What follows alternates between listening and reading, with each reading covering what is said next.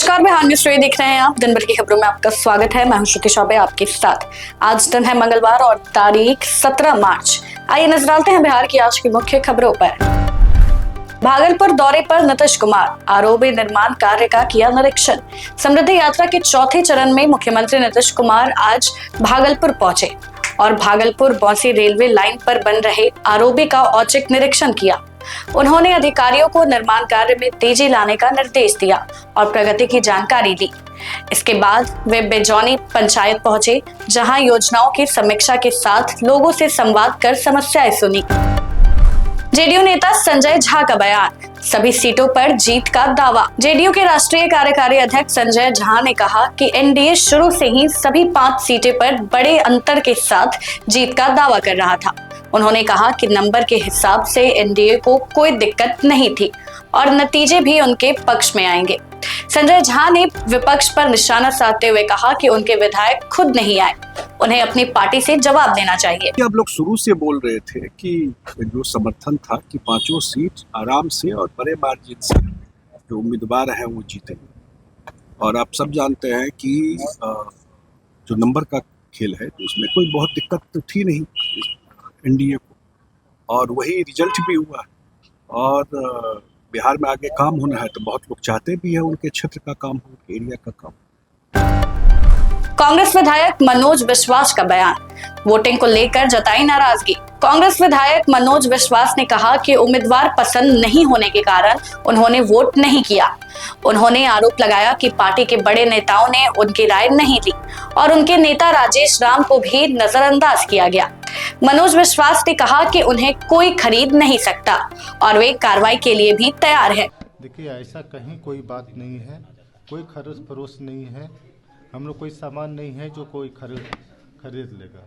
हम लोग सम्मान के भूखे हैं। हम जिस दल से आते हैं उस दल का आप देखे होंगे कि हमारे जो प्रदेश अध्यक्ष है इस चुनाव में कहीं उसको इन्वॉल्व नहीं किया गया। और जब हमारे दल का नेता का सम्मान नहीं होगा तो नेता का जो आदेश होगा वो हम लोग काम करेंगे। नेता बोला आप लोग स्वतंत्र है। और आप देखे होंगे कि पूरा बिहार में एक चर्चा था, राज्यसभा से पहले ये चर्चा हो रही थी कि हिना साहब को प्रत्याशी बनाया जाएगा, जिसकी वोट सबसे ज़्यादा मिलती है, अल्पसंख्यक की वोट हमको सबसे ज़्यादा मिलती है। मगर क्या हुआ, नॉमिनेशन से एक दिन पहले प्रत्याशी की घोषणा होती है और प्रत्याशी के विरोध में हम लोग वोट नहीं किए। हाँ, दल के साथ अगर गद्दारी करते, अगर क्रॉस वोटिंग करते, तब हमको लगता कि हम दल के साथ गद्दारी। हमको प्रत्याशी पसंद नहीं था, इसलिए हम लोग वोट नहीं किए। बिहार में आयुष्मान भारत योजना के तहत लाखों मरीजों को लाभ। स्वास्थ्य मंत्री मंगल पांडे ने कहा कि बिहार में अब तक 4.16 करोड़ आयुष्मान कार्ड बनाए गए हैं और 32 लाख से अधिक मरीजों का इलाज हुआ है। राज्य में 1230 अस्पताल इस योजना से जुड़े हुए हैं और 4,780 करोड़ रुपए का उपचार व्यय किया गया है। सीबीएसई का निर्देश, कॉपी जांच से जुड़ी जानकारी शेयर ना करें। सीबीएसई ने कॉपी जांच में लगे शिक्षकों को सख्त निर्देश दिया है कि वे परीक्षा से जुड़ी कोई भी जानकारी सोशल मीडिया या इंटरनेट पर शेयर ना करें। बोर्ड ने चेतावनी दी है कि नियम तोड़ने पर सख्त कार्रवाई की जाएगी। साथ ही शिक्षकों से कहा गया है कि वे परीक्षा की गोपनीयता बनाए रखें और छात्रों का भरोसा कायम रखें। इग्नू में एडमिशन की तारीख बढ़ी, अब 31 मार्च तक मौका। इग्नू ने जनवरी सत्र के लिए एडमिशन की अंतिम तारीख बढ़ाकर 31 मार्च कर दी है। छात्र अब घर बैठे ऑनलाइन आवेदन कर सकते हैं और 300 से ज्यादा कोर्स में चयन कर सकते हैं। इनमें यूजी, पीजी, डिप्लोमा और सर्टिफिकेट कोर्स शामिल हैं। पटना में रामनवमी की तैयारी तेज, डाकबांग्ला चौराहा बनेगा श्री राम चौक।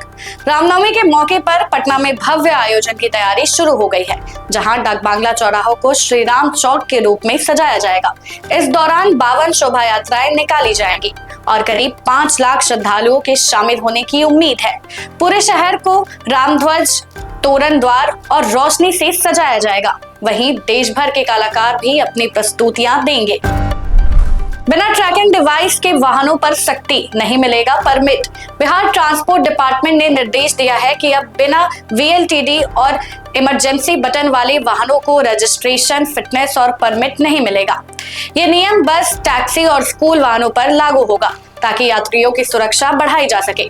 नए सिस्टम से वाहन की लोकेशन ट्रैक होगी और ओवर स्पीडिंग पर तुरंत कार्रवाई की जाएगी। गैस सिलेंडर के लिए नया नियम, अब आधार ई-केवाईसी जरूरी। सरकार ने एलपीजी उपभोक्ताओं के लिए आधार ई-केवाईसी अनिवार्य कर दिया है। बिना इसके गैस बुकिंग और सब्सिडी में दिक्कत हो सकती है। घरेलू और कमर्शियल सिलेंडर की कीमतों में बढ़ोतरी से आम लोगों पर महंगाई का असर बढ़ा है। उपभोक्ता अब मोबाइल ऐप के जरिए घर बैठे ही आसान तरीके से ई-केवाईसी पूरा कर सकते हैं। पटना में पैदल यात्री और स्मार्ट सिटी सुविधाओं के लिए बड़े बदलाव। पटना जू के पास पैदल यात्रियों के लिए बटन दबाकर ट्रैफिक रोकने वाला नया सिग्नल लगाया जाएगा, जो सफल होने पर शहर के अन्य व्यस्त इलाकों में भी लगाया जाएगा।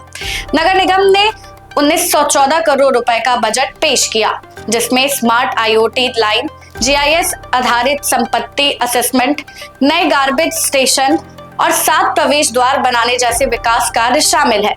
बजट में शहर की सफाई, ड्रेनेज, नई सड़कें और नागरिक सुविधाओं को मजबूत करने पर विशेष जोर दिया गया है। बिहार सरकार भीषण गर्मी से निपटने के लिए अलर्ट मोड में। मुख्य सचिव प्रत्यय अमृत ने 10 विभागों के अधिकारियों के साथ बैठक कर राज्य में संभावित हीट वेव से निपटने की तैयारियां तेज करने का निर्देश दिया है। बस स्टैंड, बाजार और सार्वजनिक स्थानों पर पानी की व्यवस्था, अस्पतालों में ORS की सुविधा और स्कूलों में बच्चों को गर्मी से बचाव के उपाय सुनिश्चित करने को कहा गया है। इसके साथ ही बिजली, पेयजल और मजदूरों के लिए छाया जैसी व्यवस्थाओं को भी प्रभावी बनाने के निर्देश दिए गए हैं। आय से अधिक संपत्ति मामले में इंजीनियर पर छापा। EOU की टीम ने मनोज कुमार रजक के ठिकानों पर बड़ी छापेमारी की है। दरभंगा, मधुबनी और सुपौल में 7 जगहों पर एक साथ जांच चल रही है। प्रारंभिक जांच में उनके आय से करीब 62% अधिक संपत्ति मिलने की बात सामने आई है। पुलिस ने केस दर्ज कर दस्तावेजों की जांच शुरू कर दी है। फसल विवाद में फायरिंग, 5 लोग घायल। दानापुर अनुमंडल के मनेर थाना क्षेत्र के दरवेशपुर दियारा में फसल कटाई विवाद हिंसक हो गया। हथियारबंद अपराधियों ने हार्वेस्टर चालक से करीब 1.25 लाख रुपए और मोबाइल लूटकर फायरिंग कर दी। इस घटना में चालक समेत 5 लोग घायल हो गए, जिन्हें इलाज के लिए PMCH में भर्ती कराया गया है। पुलिस ने मौके से खोखा बरामद कर जांच शुरू कर दी है और आरोपियों की तलाश जारी है। पुलिस मुठभेड़ में 2 अपराधी ढेर, 1 जवान शहीद। पूर्वी चंपारण के चकिया थाना क्षेत्र के रामडीहा गांव में देर रात पुलिस और अपराधियों के बीच मुठभेड़ हुई। इसमें कुख्यात अपराधी कुंदन ठाकुर और उसका साथी प्रियांशु दुबे मारे गए। मुठभेड़ के दौरान एक पुलिस जवान भी शहीद हो गए। घटना के बाद इलाके में सुरक्षा बढ़ा दी गई है और पुलिस आगे की जांच में जुटी हुई है। बिहार में अगले कुछ दिनों तक मौसम में उतार चढ़ाव। बिहार के 20 जिलों में तेज हवा और हल्की बारिश को लेकर येलो अलर्ट जारी किया गया है।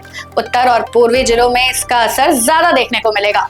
पटना में मौसम सामान्य रहेगा। अधिकतम तापमान 35 से 37 डिग्री और न्यूनतम तापमान 21 से 23 डिग्री के बीच रहेगा। मार्च के अंत और अप्रैल के पहले सप्ताह से राज्य में तापमान बढ़कर 40 डिग्री के करीब पहुंच सकता है, जिससे दक्षिण पश्चिम बिहार में लू जैसी स्थिति बन सकती है। फिलहाल के लिए बस इतना ही। बाकी की अपडेट्स के लिए बने रहे बिहार न्यूज टुडे के साथ। तब तक के लिए धन्यवाद।